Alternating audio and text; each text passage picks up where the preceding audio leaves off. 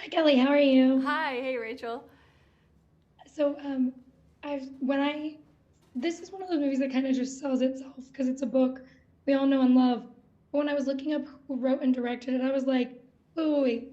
Kelly Fremon Craig, like The Edge of 17s, because that is to me one of the best recent like adolescent movies. Oh, Because thank you.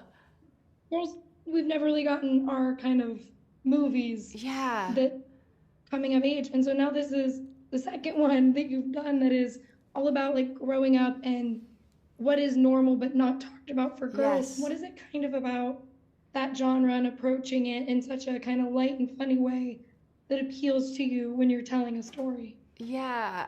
Well, first of all, I feel like when I was that age, it meant so much to me to see myself reflected in books and in movies. And I actually didn't really see myself reflected in movies, but I found myself in in Judy Blume's books. I felt like, oh, this is the truth of the experience. This is exactly how it feels.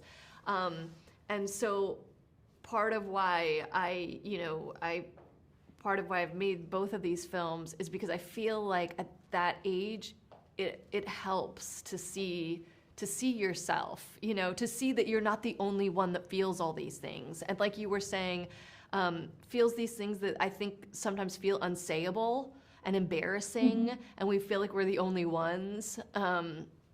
To show that, I don't know, I think it's reassuring.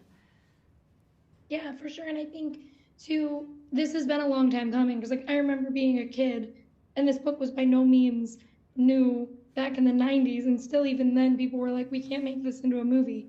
And so Yeah. it's just been so long in the making. Why do you think now makes it so important for audiences to see Are You There, God? It's Me, Margaret?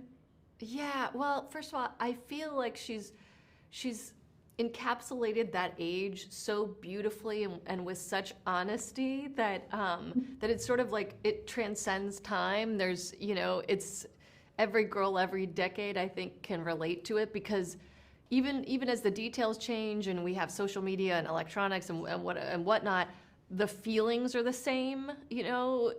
Trying to like navigate a weird friend group with odd dynamics and being self-conscious about your body and all these things. I feel like those are things that we have been dealing with for years and years and will keep dealing with.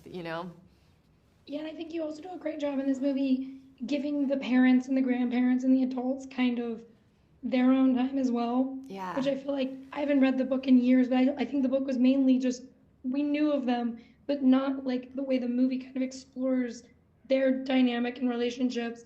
When you're doing something like that, was it important to like make them their own characters outside of everything going on with Margaret? Yes, yeah, absolutely. In fact, that's really the biggest change from book to screen is that those characters are more filled out.